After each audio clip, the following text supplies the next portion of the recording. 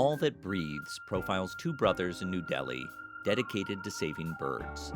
The film is nominated for an Oscar and is now playing on HBO Max.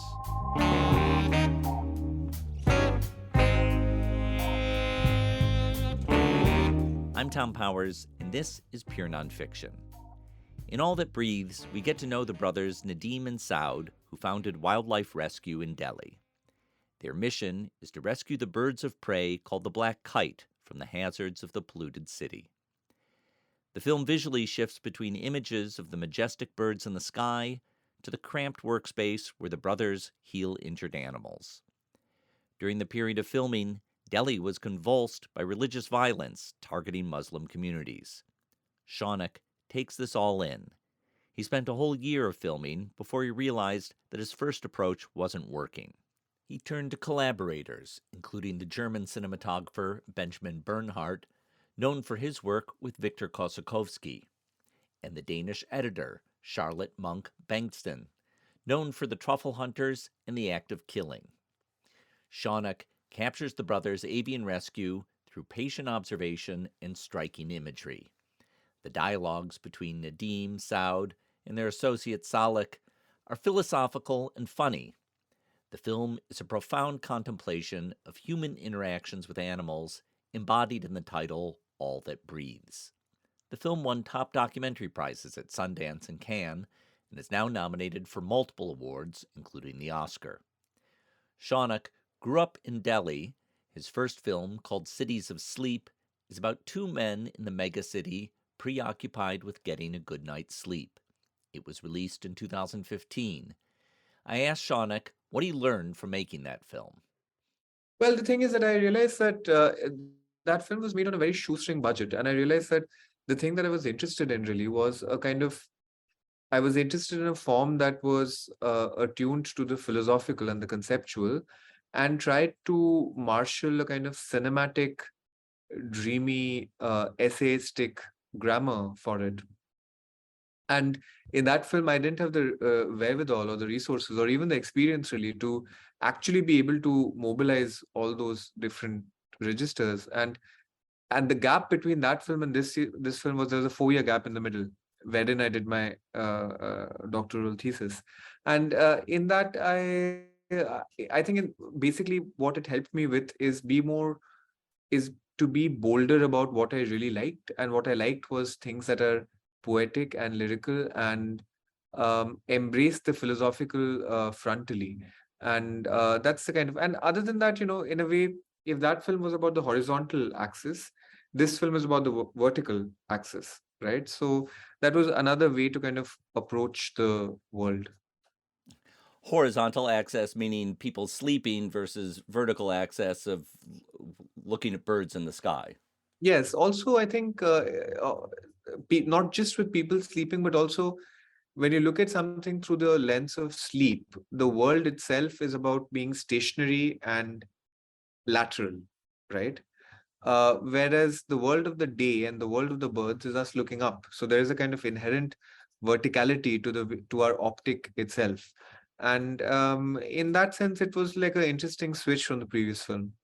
So I want to ask you, you said after you made your first film, then you went off and did a doctoral thesis. That's not necessarily the normal pathway from for a person going from their first film to their second film. So where were you at in your life that you wanted to focus on academics after your first film?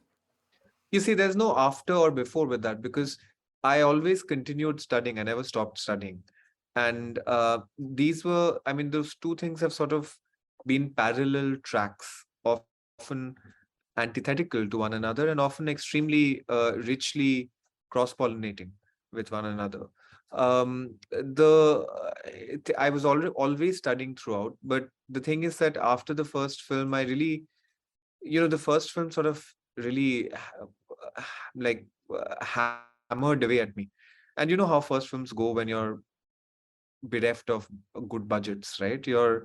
It takes a lot financially and emotionally and so on. So I really looked forward to sitting down in a library and writing away.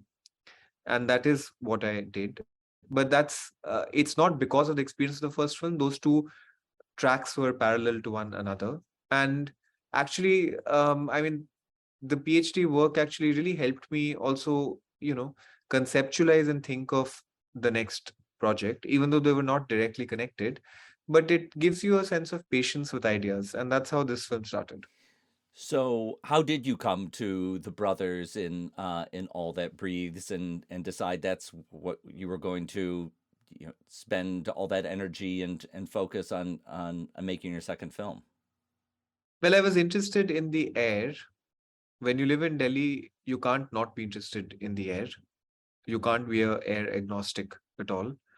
And I was interested in grayness as a kind of texture of life.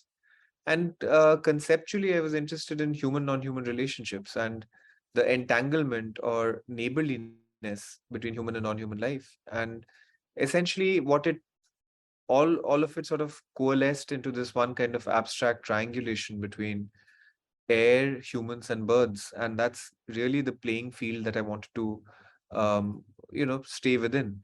And that's how it started. And I was gripped by this figure of a small dot in the sky that is the bird falling off this kind of gray expanse of the sky. And I literally started with Googling where do birds that fall off the sky go to.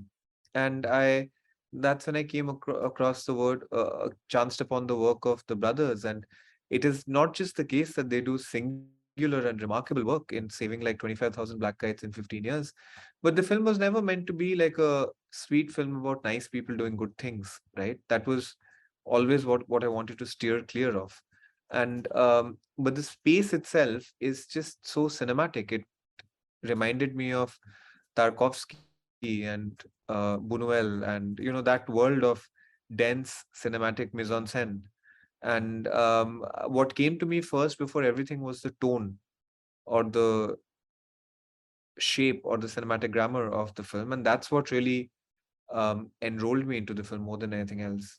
So, I read that in the first year filming, you shot over 100 hours of material that you wound up not using. Can you talk about what you were figuring out in that year?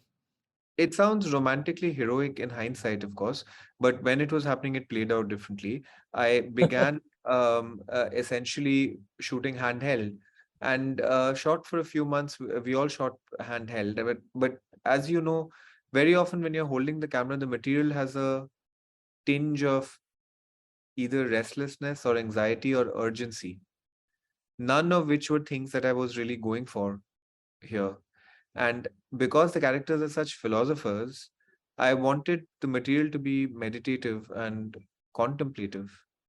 And therefore, it required to be not just on a tripod, but on a slider or a dolly or a track or a crane, those kinds of the usual toys of fiction. And immediately I realized that was obviously above my pay grade as a cinematographer myself, well above. And the I there was no way I could use the material from the first year, therefore, to use stuff, you know. It either is the caliber of Ben's and Riju's shooting, or it's not, right? I can't come in with my raw, uh, grungy shooting style and insert it in the middle of the fluid takes that they were taking. So it had to be all or nothing, and therefore it had to be nothing. So you wound up bringing in the cinematographer Ben Bernhard to work on it. How did you choose him, and how did you work with him? Just cinematographically, I had never seen some of the caliber of shooting that I'd seen in some of Victor Kosakovsky's films. Actually, more than even films like Aquarela, or there's a film called Vivan las Antipodas, which is an incredibly filmed movie. It's like I've never seen a doc that well. I've just never seen panning like that, you know.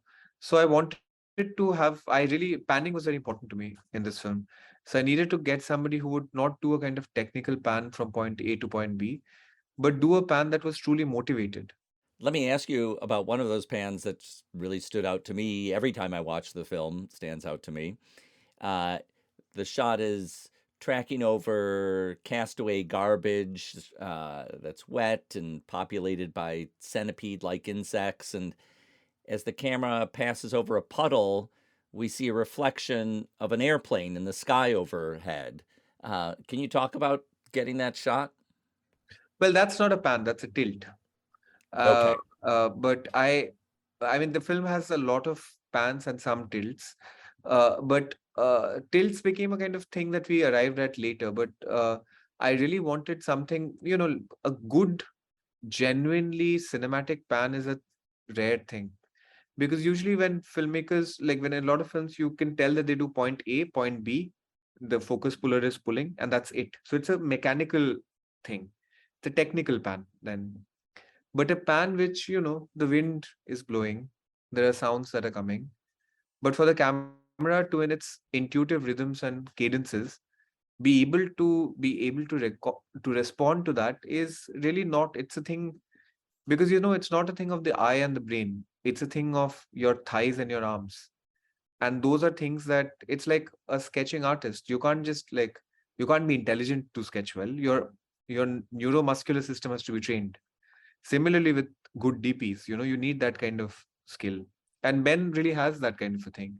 With that shot, like the shot that you mentioned, etc. Of course, there you keep doing these pans and tilts 25 times. And at some point, life rewards you with accidents and, magical things. So similarly with so many, like, the bit where the turtle is it sort of clambers through traffic, through trash, and you can see traffic in the background, and it looks as if it's looking at the traffic zipping past. Those are moments that only come by rarely. Sometimes, of course, it's pure luck, like Salek's glasses being taken away. But above and beyond that, it's like you have to keep doing it for animals to which are obviously completely disobedient to what your designs are, to finally reward you with moments of complete magical contingency. I've heard you put a real emphasis that you weren't setting out to make a nature documentary. Can you talk about that distinction? What it was that you were trying to do in outside of that. Essentially, the thing is that I knew that there was a real risk of this becoming a kind of um, uh, conventional, and I very much wanted to not be there. I have no experience in it, nor was it my ambition um, to make like a regular nature doc. Um, the reason being that I was as interested in the emotional inner lives of the brothers and the political um, fabric of the city that was very turbulent right outside their houses, really. So, in order to be able to incorporate all these often disparate um, impulses, you need to not be hemmed in by one genre based conventional code. And of course, the thing is, if you start by saying, I'm not doing this, I'm not doing this, I'm not doing this, it's not going to be all of those things, but it's going to be a bit of all of those things as well. And that is what happens. So you sort of interpolate a lot of those things as well. But I knew that I did not want to do something that looked familiarly television like. That's the thing I was most petrified of. So while you're filming, New Delhi was being convulsed by violence against Muslim communities. Um, and I wonder how you respond to that. I think when you're making a film project and then something dramatic is happening, as dramatic as riots in your city, it can be discombobulating. Yes, I mean, the thing is that the decision really that we had to arm wrestle with is we had set out to make an ecological film. And while there was such tumult outside, the convulsions were not those that were germane to the intrinsic lives of the brothers. Because while they're knowledgeable, they're not overtly political beings. And you have to respect the integrity of the lives that you're shooting. At the same time, so what we did was that we sort of zeroed in on the aesthetic of the leak, so to say, which is that the outside world often sort of leaks in a character goes to the balcony, you hear the audio of a protesting crowd, or a character is watching the video of heinous violence on his phone, and you only hear the audio of it. So the outside world sort of hemorrhages in through the acoustic, through sounds and echoes and murmurs and stuff. So we thought it had to be there for the presence of the unrest or the socio-political had to be oblique at best, like tangential, and that's what where we kept it. It's something where you sense it as it's in the minor key, and you sense it as a kind of wallpaper that sometimes articulates itself. But the whole film, in a way, is a kind of waxing and waning of the foreground and the background, be it the background animals or the background political strife or all of that. But it's like real life. Sometimes the outside world jumps in, and sometimes it's just a dull din in the distant background. Hmm. This film is made with collaborators from many different countries. Your editor, Charlotte Munch Bengtsen, is from Denmark. How did you choose to work with her? I loved the editor of the Truffle Hunters. And then I realized that she had also got Act of Killing. So, of course, I mean, she knew her way around the edit. So, I wanted somebody who has a different style from mine. And I tend to be very top heavy and cerebral. And her style, I realized in the first conversation, she's more interested in emotional edit and more than what the brain says, what the gut says. And I'd never thought of the edit with this degree of a sense of play. And with her, it's a dance, the edit. She was a professional dancer till fairly late in her life. And so it was like, that's why I approached her, and that's how the style sort of organically developed. It was a completely different style from mine. That's so interesting to me because watching uh, All That Breathes, I wouldn't think of you as someone who leans into the talk heavy filmmaking. Top heavy, as in where TOP, as in where I think of what one shot after the other means more than what it feels. And I would be too focused on the semiotic meaning of it, whereas she would talk about the affective or sensorial imports of shots. And that's something that I was never talk, because I hate talking head interviews, and unless they're really needed and all of that. I only meant that her style is of a different kind, like it's a kind of mood based, feeling based edit, which I only had the privilege of learning off from her. It takes a lot of courage to work with someone who who approaches film in a completely different way from you. Uh, as you were working with her, um, what was that like? Well, her seniority helps because half the time if you're disagreeing, you're just like, well, she knows what she's doing. Uh, Often been at the Oscars, like you sort of say, okay, that helps. But I mean, jokes apart, the everything in this film was anyway like it felt like jumping off a cliff. Even calling Ben, who had his own distinct style, um, felt like all of it. The film was really like a fever dream, and you had these people with major voices coming, and their voices and mine sort of mingled and mutated into something else.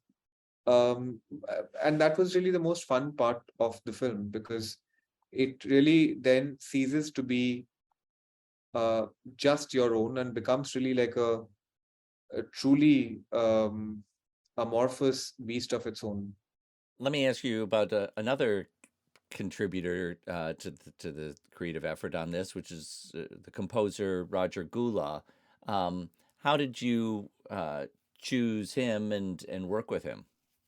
That was also actually uh, monumentally simple, because he was Charlotte's friend and batchmate from film school, and she was showing me different samples. And she said, by the way, have you heard this guy? And I realized that one of the things I wanted was that this had to start off as a fairy tale and then feel like a fairy tale gone dark. And I like the idea of working with electronic distortion to arrive at that. Because when you work with strings or keys or any such, you end up with syncopated beats. And the minute you have syncopated beats, you tend to start to cut the film in the beat or in the rhythm of the beats. No matter what you do, your cutting beat is essentially somehow influenced by the beats of the music.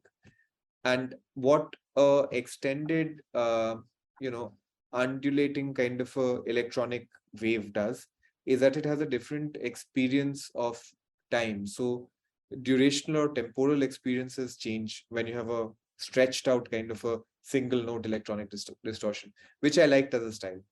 And that's how our Rogers and my collaboration started. I want to ask it over the several years that it took to make this film. What was it that kept you going through the harder times? um the sense of gravity, because you've jumped off a cliff and you just go on because you've started something. And more than that, I really like, the truth is I was very excited in the film's language. I just was fully like, I was very excited to try and put out this form of shooting animals, and the animals and the political story and the brother story and the ecological story, all of it together. The form of it I was very, very excited by, but also the responsibility of the crew, and the responsibility to the characters. And you started something and you have to finish it. And the film, you, for those 3 years, you see the world through the demon eyes of the film. And there's no outside, then it's all inside. So, what has it been like for the figures in the film, the brothers Nadim and Saud, to have their story out in the world? Well, they're thrilled that they're getting to travel so much. As you know, that they've been, they all came to Cannes. Nadeem has now gone to as many film festivals almost as I have. He recently came to New York again, first for Cinema Eye, before that for the Film Forum opening, all of that. So they're thrilled. There's a lot of media spotlight on their work. But also, I mean, very kindly, Tanglebank Studio have decided to fund their hospital for a year to come. So they're thrilled. But of course, there can't be a kind of simple-minded.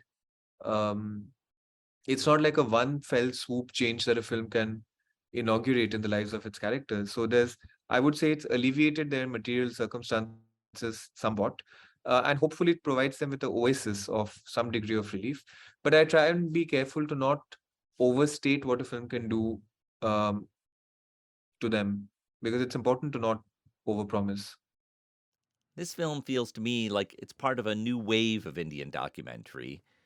Last year, Writing with Fire was nominated for an Oscar, and the Toronto Film Festival debuted While We Watched, about the Indian journalist Ravish Kumar. This year, one of the Oscar nominees for documentary shorts is The Elephant Whisperer, and that's only to pick a few. Do you get the sense in India that there's a new energy around documentary filmmaking? Well, there's undeniably a new energy in that, and I think a sort of moment started with a film called An Insignificant Man, made by also the director of Vinay, who made the Ravish documentary, and Khushbu. But since then, there have been quite a few films, and even now I hear that the films right now, Shimoy's film is going to Berlin, and a film just premiered at Sundance called Against the Tide. So there's definitely a moment, and I think a lot of it has to do with pitching forums or incubation labs like Doc Edge in Calcutta, which familiarize, at least to me at any rate, with the grammar of creative documentaries, and somewhat with where the resources are, who to talk to, and all of that. And I think generally this has been a good moment in terms of films that try to deep dive into that kind of a grammar are finding interested viewers outside. Having said that, it's important to not minimize the work of previous generations of documentary filmmakers. There have been people who've been all our heroes, but have had to work with far tougher circumstances, really. But yes, it is something is turning a corner, something is changing, something. I mean, in the Indian media, I often get asked questions about the golden age of Indian documentary, which I have to say I cringe with a little because it's too early to call it really an age. Um, uh, the 3 years don't form an age, but there is definitely something that is um, undeniably changing, and it's very exciting, of course. And 3 years of consecutive Sundance prizes, that's not a joke. In thinking about making a film, you could have been you could have prepared yourself for production and could have prepared yourself for editing. Not many filmmakers come prepared to spend this year that you've been spending taking the film to festivals, talking about it, answering similar questions again and again. Um, what has that been like for you? It's both things. There is, you gain a lot and you lose. What you lose is energy, and you're, of course, endlessly exhausted. Led, I've never slept as many consecutive nights in hotels. I've never taken as many flights, and I've never felt as unrooted from one spot. But having said that, I've also made great friends. I've also come to meet filmmakers I admire. I've come to meet, like I remember seeing Q&As of you years ago. So none of this stuff is all of this stuff feels like something that one it feels very rewarding. And I've seen films uh, with filmmakers and all of that, right? So it feels very discombobulating, of course, but at the same time you feel you have been rewarded with friendships with a tribe of people that you didn't know existed. So you feel very enriched in life, and you feel like the fuel required to soldier on for forthcoming projects is very high, because both in terms of resources and networks, but also more than anything, friendships. Because, like verite filmmaking can be paralytically lonely. And to know that there are kindred spirits out there, and so it's neighborliness in more than one ways, so that feels like quite a life raft. And like that feels like I draw great sustenance from it. I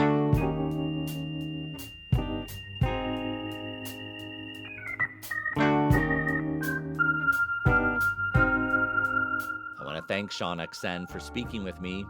His film All That Breathes is now playing on HBO Max.